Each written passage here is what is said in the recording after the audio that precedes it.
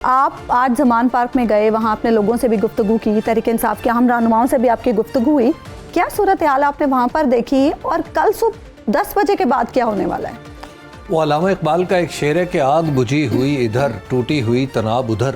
کیا خبر اس مقام سے گزرے ہیں کتنے کارواں۔ اچھا، بات یہ ہے کہ وہاں پہ جو کچھ میں نے دیکھا،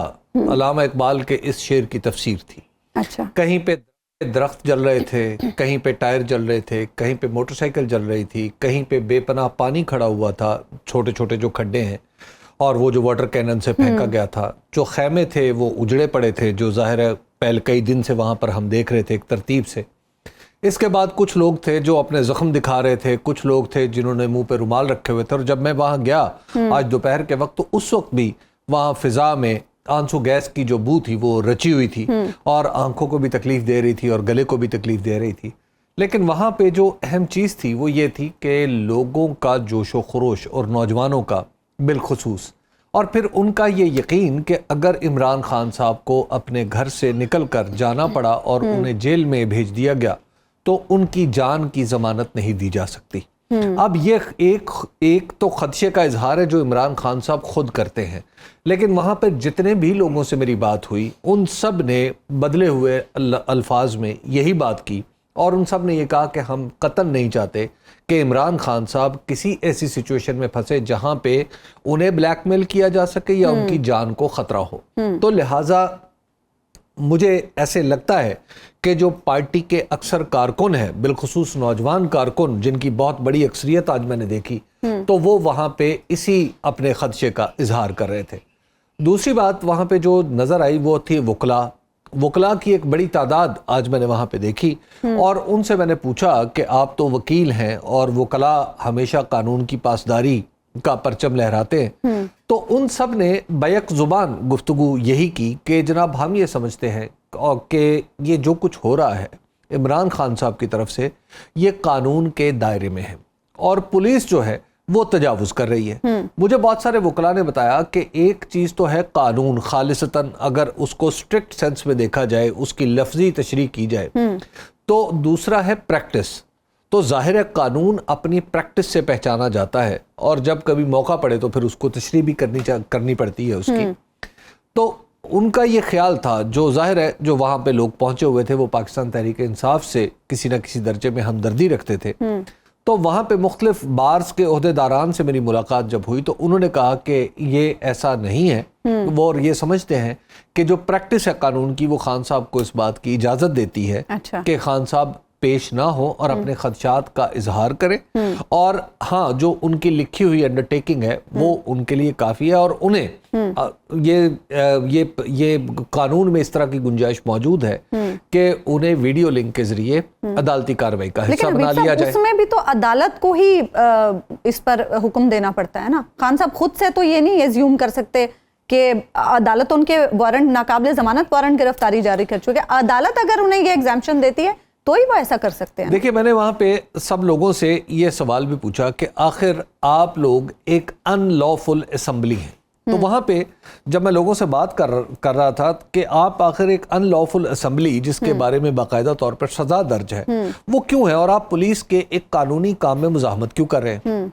ایک تو یہ ہے کہ وہ ان لافل اسمبلی کی اس تشریح سے متفق نہیں ہے جو پولیس کرتی ہے یا جو نگران حکومت کی تشریح ہے، اور اس وارنٹ کی بھی وہ تشریح وہ نہیں کر رہے، وارنٹ گرفتاری کی جو حکومت کر رہی ہے۔ تو لہٰذا ان کا یہ خیال ہے، اور آج کسی نہ کسی درجے میں اگر آپ اسلام آباد ہائی کورٹ کا بھی فیصلہ دیکھیں تو انہوں نے کہا انڈرٹیکنگ اسی عدالت میں دے دیں، ٹھیک ہے نا؟ تو معاملہ کچھ الجھا، کچھ ابہام اس میں ہے، اور پھر دیکھیے اب یہ بات خالی ایسی نہیں رہی کہ جس کو آپ کہیں کہ یہ قانونی صورتحال ہے۔ یہ قانونی صورتحال تو ہے کہ جس پہ عدلیہ کے فیصلے ہیں، ظاہر ہے ان کے آگے مزاحمت نہیں کرنی چاہیے اور ان کو مان لینا چاہیے کہ بالا عدلیہ بھی نہ کریں، لیکن اس میں اس کے ساتھ ساتھ کچھ ایسے فیکٹرز ہیں جنہیں سیاسی کہا جا سکتا ہے۔ مثال کے طور پہ کہا جا سکتا ہے یہ وہ سیاسی ہیں، ہاں میرا خیال ہے آپ نے درست کہا کہ وہ سیاسی ہیں۔ اچھا، میں جو کہا جا سکتا ہے کہ جو یہ صیغہ امکان تھا میں نے اس لیے استعمال کیا کہ اس وقت پنجاب میں نگران حکومت ہے، تو نگران حکومت کے مثال کے طور پہ نگران حکومت نے کل آدھی رات کو جو یعنی وہ اس رات کو جس کا یہ دن ہے، اب بات یہ ہے کہ رات کو وزیر اعلیٰ خصوصی طور پر ایک ہنگامی اجلاس طلب کر لیں اور اس کے بعد ہدایات جاری کریں ایک ایسے پولیٹیکل لیڈر کے بارے میں جو چند دن پہلے تک یعنی کچھ عرصے پہلے تک پنجاب حکومت بھی اس کے پاس تھی، گویا وہ پنجاب کی سب سے بڑی پارٹی کا سربراہ ہے، اور اس کے بعد وفاقی حکومت بھی اس کے پاس تھی، گویا وہ پارلیمنٹ میں سنگل لارجسٹ پارٹی کا سربراہ ہے، اور اب ایک الیکشن درپیش ہے اور الیکشن کا شیڈول اناؤنس ہو چکا ہے۔ ایسی صورت میں جب نگران وزیر اعلیٰ خاص طور پر ایک ایسے وارنٹ کی جس کی جو پاکستان کی پریکٹس میں اتنا شدید نہیں سمجھا جاتا، تو اس کی شدت کو مزید بڑھا کے اتنا کر دے کہ کسی ایک شخص کو پکڑنے کے لیے پاکستان کی تاریخ میں پولیس کا سب سے بڑا آپریشن اور غالباً سب سے طویل آپریشن بھی لانچ کیا جائے، تو اس کے بعد آپ کیا کہیں گے؟ ظاہر ہے آپ کہیں گے کہ نگران وزیر اعلیٰ جو ہیں ان کی نگرانی یعنی ان کی غیر جانبداری اب مسلمہ نہیں رہی بلکہ اس کے اوپر سوالیہ نشان ہے۔ اسی طرح جب اس سے پہلے کیا ہوا؟ اس سے پہلے یہ ہوا کہ آپ کے ملک کا وزیر داخلہ جس کے براہ راست ماتحت اسلام آباد کی پولیس ہے، وہ شیخوپورہ میں ایک جلسے میں کھڑے ہو کر یہ اعلان کرتا ہے کہ آج میں گرفتار کر کے دکھاؤں گا، بالکل، اور اس کے ساتھ ہی اسی پارٹی کی چیف آرگنائزر محترمہ مریم نواز صاحبہ یہ انہیں عمران خان صاحب کو مطلب مختلف قسم کے القاب دیتی ہیں، جو ظاہر سیاستدان ایک دوسرے کو دیتے رہتے ہیں، مختلف قسم کے القاب دیتے ہوئے وہ یہ کہتی ہیں کہ ان کی گرفتاری ضروری ہے، اور پھر ان کا بالالتزام یہ کہنا ہے کہ جو ترازو کے پلڑے ہیں ان کے خیال میں اس صورت میں برابر ہوتے ہیں جب عمران خان نہ صرف گرفتار ہوں بلکہ انہیں نااہل بھی قرار دیا جائے، انتخاب سے پہلے احتساب جی، اور ایسی صورت کو وہ کہتی ہیں کہ انتخابات کے لیے وہ کنڈیوسو ہے۔ ایک طرف وہ کہہ رہی ہیں اور نگران وزیر اعلیٰ آپ کو یہ کرتا ہوا نظر آ رہا ہے، تو اور پھر جس انداز سے آپریشن ہو رہا ہے تو آپ کے خیال میں اس کو صرف ایک روٹین کی کاروائی تو نہیں قرار دیا جا سکتا؟ اس کے بارے میں تو پھر بہت کچھ سوچنا پڑے گا۔ ہر ذی شعور کل کی جو کاروائی ہوئی ہے حبیب صاحب، ہر پاکستانی اسے کنڈیم کر رہا ہے، کیونکہ یہ واقعی ایک میں یہ سمجھتا ہوں یہ ایکسرسائز ہونی ہی نہیں چاہیے تھی، تو یہ ایکسرسائز تو اصلاً تو ہونی نہیں چاہیے تھی۔ اس کے بعد آ جائیے عدالتی معاملات کے اوپر۔ عدالتی معاملات ہمارے ہاں پاکستان میں ہمیں یہ اب کچھ سمجھنا چاہیے، اب ہم بڑے ہو چکے، 75 سال ہو چکے، اور یہ جس عرصے میں ہم زندہ ہیں یہ پاکستان میں دستوری حوالے سے فنکشنل اور طویل ترین عرصہ ہے۔ اس سے پہلے پاکستان کو کبھی بھی دستور کے تحت اتنا لمبا عرصہ چلنے کا موقع نہیں ملا۔ تو ہمارے ہاں اب ہمیں سمجھنا چاہیے کہ ہمارے ہاں جو منصف ہیں انہیں اریسٹ ہیپی نہیں ہونا چاہیے کہ گرفتار کر کے خوش نہ ہو۔ میں آپ کو اس کی ایک مثال دوں۔ ایک دفعہ آپ کو یاد ہے یہاں پہ دہشت گردی کا ایک واقعہ ہوا تھا جس میں سری لنکن ٹیم جو تھی اس کو لبرٹی کا اس پہ دہشت گردوں نے حملہ کر دیا تھا۔ میں دہشت گردی کی عدالت میں اس میں ایک گواہ بھی تھا، اچھا، کیونکہ کچھ ویڈیوز میں اس وقت جس چینل میں کام کرتا تھا اور اتفاق سے وہاں پہ موجود تھا تو کچھ ویڈیوز ہم نے ریکارڈ کی تھی۔ جب میں دہشت گردی کی عدالت میں پیش ہونے کے لیے ظاہر ہے میں تو ولنگ تھا گواہی دینے کے لیے کہ میں نے کیا دیکھا، تو مجھے جو نوٹس آیا عدالت سے اس کے ساتھ یہ پہلا نوٹس جو میں نے وصول کیا وہ یہ تھا کہ آپ اصالتاً حاضر ہوں اور اگر آپ فلاں تاریخ تک حاضر نہ ہوئے تو آپ کے خلاف کاروائی روبہ عمل آ جائے گی، اور اس میں کاروائی کا ایک حصہ یہ تھا کہ آپ کی کرکی جائیداد بھی ہو جائے گی۔ اچھا، اب یہ جب میں نے یہ نوٹس پڑھا تو باقاعدہ طور پر مجھے کچھ برا لگا۔ اس کی وجہ یہ ہے کہ میں ایک ذمہ دار شہری کے طور پر عدالت میں گواہی دینا چاہتا تھا۔ تو میں جب عدالت پہنچا تو میں نے وہاں پہ عدالت کے اندر جو پروسیکیوشن کے صاحب تھے گورنمنٹ کی طرف سے، میں نے انہیں کہا جی کہ میں عدالت میں اس لینگویج کے اوپر احتجاج کرنا چاہتا ہوں کہ میں ایک تو رضاکارانہ طور پہ آ رہا ہوں اور آپ مجھے کرکی جائیداد اور پتہ نہیں کس کس قسم کی مجھے سنا رہے ہیں, تو کوئی گواہ کو بلانے کا کوئی اس سے بہتر طریقہ اور بہتر الفاظ بھی ممکن ہے. تو پروسیکیوٹر صاحب, میں نے کہا جی کہ پہلے میں جو جج صاحب کے سامنے یہ اپنا احتجاج ریکارڈ کرواؤں گا تاکہ یہ مقدمے کی کارروائی کا حصہ بن جائے. تو پروسیکیوٹر صاحب نے یہ بات جا کے وہ جج صاحب کو بتا دی. تو پروسیکیوٹر صاحب نے, انہوں نے پھر ایسا ارینجمنٹ کیا کہ وہ ویڈیوز دکھا کے میرا بیان ریکارڈ کیا جائے اور اس طرح وہ جج صاحب سے میرا آمنا سامنا اس طرح نہیں ہوا. اب مسئلہ یہ ہے کہ ہماری جو قانونی لینگویج ہے اگرچہ وہ خشک ہوتی ہے لیکن وہ کچھ بہتر بھی لینگویج ہو سکتی ہے, اور اسی طرح جو ہمارے طرز عمل ہیں عدالت کے اندر وہ کچھ بہتر بھی ہو سکتے ہیں. ہر شخص کو گرفتار کرنا ضروری نہیں, اور خان صاحب کے تمام کیسز کو یکجا کر کے کسی ایک جگہ سے بھی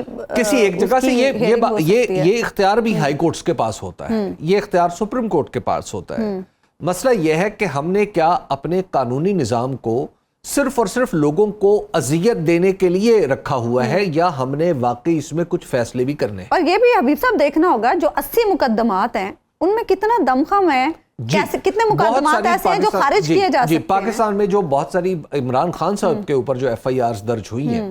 اب اگر آپ نے کان گھما کے پکڑنا ہے تو بسم اللہ, زوراوری کرنی ہے تو جو مرضی کر لے, زوراوری کا تو کوئی جواب نہیں ہو سکتا نا, پھر تو کمزور مارا جائے گا. لیکن اگر قانونی حوالے سے ان کا جائزہ لیا جائے تو میں قانون کا ایک ادنا طالب علم ہوں, اور ایسا طالب علم ہوں جو دنیا کے دوسرے ملکوں میں جو رائج تصورات قانون ہیں اور وہاں پہ جو رائج مشق ہائے قانون ہے ان کو سمجھنے کی کوشش کرتا رہتا ہے. تو میں آپ کو میں عرض کرنے کی دست بستہ عرض کرنے کی کوشش کروں گا کہ میں میں تھوڑا سا مزید ایکچولی یہ غور کرنا چاہ رہا ہوں کہ میں جو لفظ بولوں وہ کہیں خدا نخواستہ کسی بھی ادارے کی تقدیس کو گہنا نہ دے. اگرچہ گہنائی پہلے ہی ہوئی ہے لیکن مزید نہ گہنا دیں. فقیر کے لفظ جو ہیں وہ کچھ زیادہ چپ جاتے ہیں بعض اوقات. تو خیر, عرض میں یہ کرنا چاہ رہا تھا کہ ہمارے ہاں بھی کچھ تھوڑا سا میرا خیال ہے کہ ہمیں اس طرف غور کرنا چاہیے کہ اریسٹ ہیپی جو جوڈیشل سسٹم ہے اب اس کو ہم کچھ دیکھ لیں. اچھا حبیب صاحب, جو کل ایکسرسائز ہوئی اور سب نے, بلکہ پوری دنیا میں ٹی وی پہ دیکھی گئی, پوری دنیا کے میڈیا نے اسے ہائی لائٹ بھی کیا, بڑی بدنامی بھی ہوئی اس سے پاکستان کی, اس کے اثرات پی ٹی آئی پہ کیا آئیں گے؟ خوفزدہ ہو جائے گی پی ٹی آئی یا مزید مضبوط ہو جائے گی؟ آج جب میں زمان پارک گیا تو جانے سے پہلے اگر آپ مجھ سے یہ سوال پوچھتی تو میں آپ کے سوال کا جواب دیتا کہ ہاں, کیونکہ میں نے ماضی میں اس طرح کی کارروائیوں سے پولیٹیکل پارٹیز کو کمزور ہوتے ہوئے دیکھا ہے. ایم کیو ایم کی بات کر رہے ہیں آپ؟ سب کو, بہت ساری پولیٹیکل پارٹیز, ان کا نام لیا جا سکتا ہے پاکستان میں نا. اچھا, لیکن آج جب میں وہاں سے چکر لگا کے آیا اور وہاں پہ جو لوگوں سے ملا تو لوگوں سے ملنے کے بعد مجھے یہ احساس ہوا کہ پولیس کی جو 23 گھنٹے پہ یا 24 گھنٹے پہ مشتمل کارروائی ہے اس نے پاکستان تحریک انصاف کی ریزیلینس کو, اس کی قوت برداشت کو اور اس کی آگے بڑھنے کی صلاحیت کو بہت بڑھا دیا ہے. یہ جماعت اگر آن دا اسکیل آف 10 یعنی 1 سے 10 تک کے پیمانے پہ اگر یہ جماعت اس آپریشن سے پہلے کہیں مضبوطی کے اعتبار سے 5 پہ کھڑی تھی تو اس وقت یہ جماعت کہیں 9 اور 10 پہ کھڑی. اچھا,